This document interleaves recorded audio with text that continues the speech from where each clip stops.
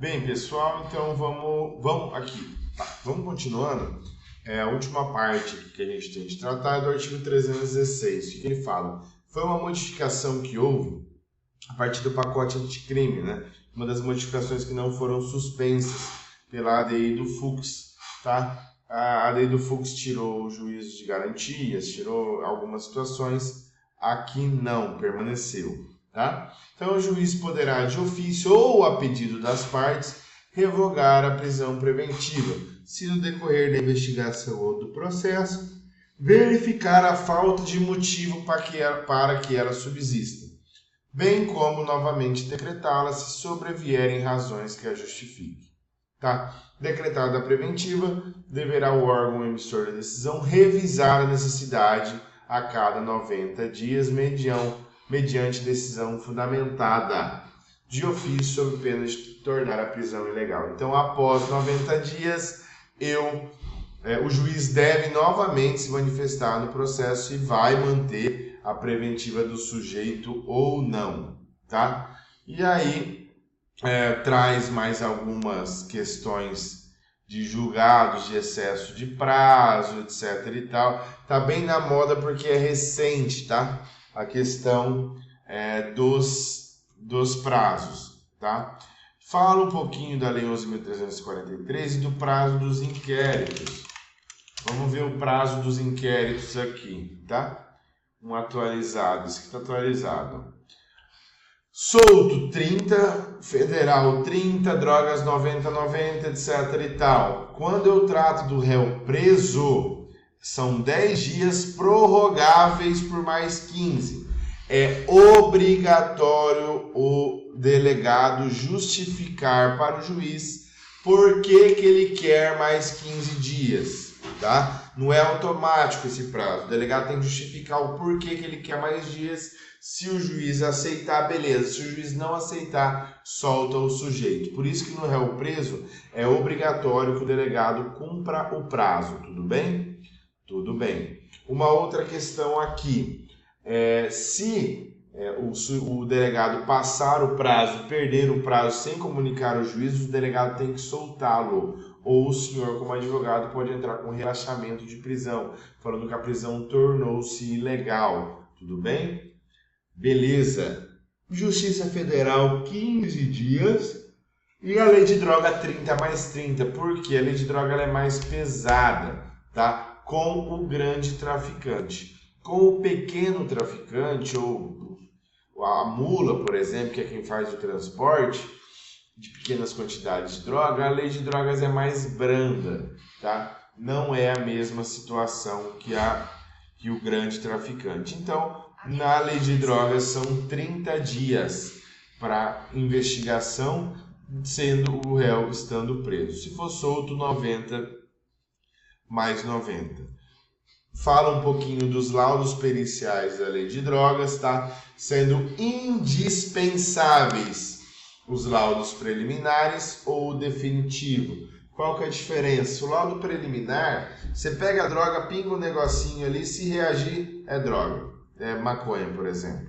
O laudo definitivo, não. Uma perita, um perito, vai pegar aquela droga, colocar numa máquina para ver realmente a porcentagem de droga ali presente, etc e tal. Tá bom? Então, não é um simples reagente que eu pingo, ficou azul, é droga. Eu faço todo um teste definitivo de constatação. O preliminar, eu simplesmente pingo um líquido ali, ficou azul, é droga, tá? Então, no artigo 50, lá, fala do ocorrência da prisão em flagrante, tem que comunicar ao juiz e ao Ministério Público em 24 horas, requisito obrigatório, fala do período, do perito, tá? Do laudo, a destruição da droga no prazo de 15 dias, tá? Na prática não acontece, eles esperam juntar essa droga para poder queimar ela. Eu já fui uma vez numa queimada de droga, com um cheiro horrível, forte, tá? Você fica bem ruim mesmo, mediante incineração, tá bom? Prazo de 30 dias aqui fala da destruição de droga, tá? O que mais? Ele fala da questão da petição, Já sendo decretada a prisão preventiva, qual medida poderia ser utilizada? Lembra que eu falei do marco? Não tem o marco é um, tem o marco é outro. A prisão viola os requisitos 312? Como que eu sei? Eu tenho que pesquisar a jurisprudência, tenho que ver a situação do acusado, ver se tem algo na lei que impede, ver se está preenchido os requisitos 312, 313, tá bom? Existe alguma medida diferente do habeas corpus? Sempre tem. Por quê? Porque a OAB ela não vai autorizar você a usar habeas corpus. Por quê? Porque ela quer saber se você sabe do marco temporal, ela quer saber se você sabe qual a peça correta para cada momento processual. A habeas corpus ela vai caber para tudo. Lembra que eu falei aqui que o relaxamento de prisão ele vai caber em todos os momentos, desde que a prisão seja ilegal. Ou seja, o cara apanhou na delegacia, não foram falados os direitos dele, etc, etc. O juiz vai dar o relaxamento da prisão. Agora, para tudo isso daqui também cabe o HC, tá? Que é o habeas corpus. Contudo, não será autorizado você fazer na OAB, você fazer nas petições aqui. Você vai aprender o habeas corpus, obviamente. Mas na OAB eles vão colocar assim: redige o pedido de liberdade sem ser o habeas corpus, tá? Então nunca vai ser o habeas corpus que vão te pedir. Tem algum dispositivo no pacote anticrime? Nós falamos, né, da revisão a cada 90 dias, tá? Se está pedindo na sua peça, é uma das possibilidades de colocar. Outra coisa nós falamos também do pacote anticrime. Tá lá no CPP, tá? Falo, as medidas cautelares da prisão vieram antes, tá? Mas tiveram algumas modificações do pacote anticrime que nós já tratamos, tá? Então, o 316, aqui para mim tá tampado, 316, por exemplo, que teve a alteração do pacote anticrime, tá? A questão do 315 aqui também foi alterado pelo pacote anticrime, por quê? O que era uma decisão fundamentada, né? Então ele veio, não será considerada fundamentada, limitar a mera indicação, reprovação. Então não tem que ser genérico, sabe? A ideia é não ser genérico, a gente tem que explicar por que naquele exatamente caso concreto o sujeito tem que ficar preso durante o processo. Não é genérico, não é sobretudo, não. Por que nesse processo em específico? Por que é com esse sujeito? Então o juiz tem que ser específico e claro nos seus fundamentos, tá bom? Alguma disposição específica, provavelmente aqui vai ser a lei de drogas, porque já tratou um pouquinho da lei de drogas, provavelmente vai falar um pouquinho da necessidade do laudo pericial confirmativo, né? Que não é aquele simples pinguinho ali na droga, vejo se vai mudar de cor. Não, tem que ser o laudo definitivo, aquele que a pessoa vai ver que realmente se é droga. Colocar numa máquina lá que vai ver qual a porcentagem, inclusive aparece a porcentagem de pureza da droga, tá? Enfim, sempre ele fala aqui, ó, sempre é importante o artigo 5º, tá? Sempre verificar a Constituição que traz a maioria dos nossos direitos fundamentais, verificar a súmula, verificar a jurisprudência. Então, sempre que fala da lei de drogas, tomar cuidado com o pequeno traficante, tá bom? A lei de drogas, ela quer proteger o pequeno traficante, o usuário de droga e punir os grandes traficantes, aqueles que ganham efetivamente muito dinheiro com o tráfico de drogas. Provavelmente não é o caso desse sujeito aqui, tá bom? Que vocês vão trabalhar na peça. Em regra, sempre pequenas quantidades de droga, tá? Não é uma grande quantidade de droga, tudo bem? Aqui fala um pouquinho também da petição, tá? Sempre tomar... Não tem muito segredo a questão de endereçamento, tá? Então a respeito mesmo do 312, passando rápido, sempre tentar buscar descumprimento do 316, tudo que a gente falou, pedia o 319, tá? Então assim, se o juiz não deu, esse é o detalhe, vocês têm que sempre Pedir tudo, gente, pedir tudo. Se eu pedir só a liberdade, pô, mas o juiz não dá. Pode ser que ele deu 319, que a gente falou, as medidas cautelares. Poxa, é bem melhor o sujeito estar com monitoramento eletrônico do que estar preso lá dentro.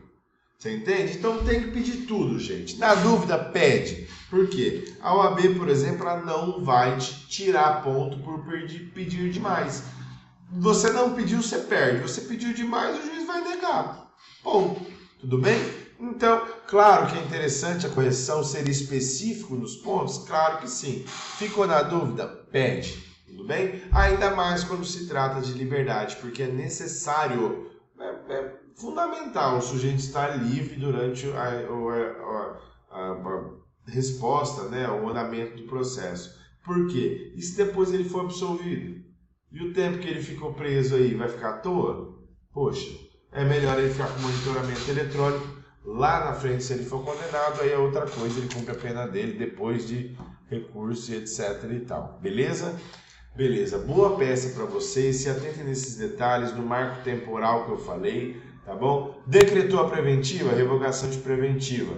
Não decretou a preventiva, eu posso entrar com o pedido de liberdade provisória, tudo bem? E em todos esses momentos, prisão ilegal, relaxamento de prisão, tudo bem? Leiam antes de fazer a peça ou durante a peça 311 seguintes, que é quando começa a preventiva, tudo bem?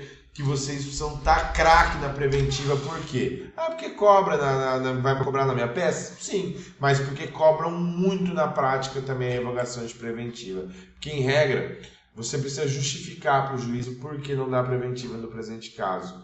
Juntando o comprovante de residência, juntando questão de família, às vezes tem filho menor, tá bom? Dá uma olhada nas prisões domiciliares também, tá bom?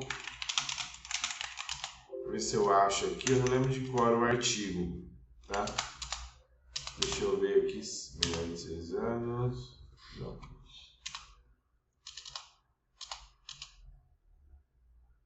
Aqui, ó. O juiz poderá substituir a preventiva para domiciliar com agente for maior de 80, extremamente debilitado por doença grave, imprescindível aos cuidados de menor de 6 anos ou com deficiência, gestante, mulher com filho até 12 anos de idade incompleto. Homem quase seja o único responsável pelos filhos de 12 anos. Então, se cair, por exemplo, qualquer questão, fala de filho, etc e tal, dá uma olhada no 318, porque ele fala da prisão domiciliar também, tudo bem? Então, sempre tem que estar atento, lendo essa questão das medidas cautelares do 319, a prisão domiciliar do 318, tá por ali, gente. Ficou na dúvida com alguma coisa? Dá uma lida ali do 311 para frente, porque ali vai estar falando alguma coisa. Ficou mais na dúvida ainda? Pega o artigo, joga no Google lá, procura jurisprudência a respeito do tema, que não tem problema nenhum. A estrutura de peça penal é muito semelhante à estrutura das peças cíveis, mesma situação. Você pega a competência, qualificação. Em regra, eu não preciso qualificar o sujeito porque ele já está qualificado no processo. Então eu posso colocar João da Silva já qualificado nos autos, tá? Quero qualificar? Posso qualificar, não tem problema nenhum, tudo bem? Você pega a peça, tá? Vamos colocar aqui só para vocês terem uma noção. Eles colocam o normal pensionamento, fulano de tal já qualificado nos autos, tá bom? Então não tem regra, não tem assim, coisa muito difícil. Mesma questão do tópico, não coloco no direito penal, no processo penal, valor da causa, a não ser que você peça algum pedido indenizatório na situação. Num furto, por exemplo, o MP coloca, olha, que seja devolvido pelo autor do furto o valor que ele furtou. Posso, tá? Mas aí são situações excepcionais. Em regra, eu não coloco o valor da causa no direito penal, no processo penal. Beleza? Boa peça para vocês, tá bom? Qualquer dúvida nós veremos na outra aula. Eu ainda não sei qual que vai ser a peça da outra aula, tá bom? Mas que vocês, acho que a gente trabalhou na aula passada prisões, trabalhamos nessa prisão também. Provavelmente a outra talvez já deva ser alguma defesa preliminar, algo do tipo. Tudo bem? Boa peça para vocês e até daqui a 15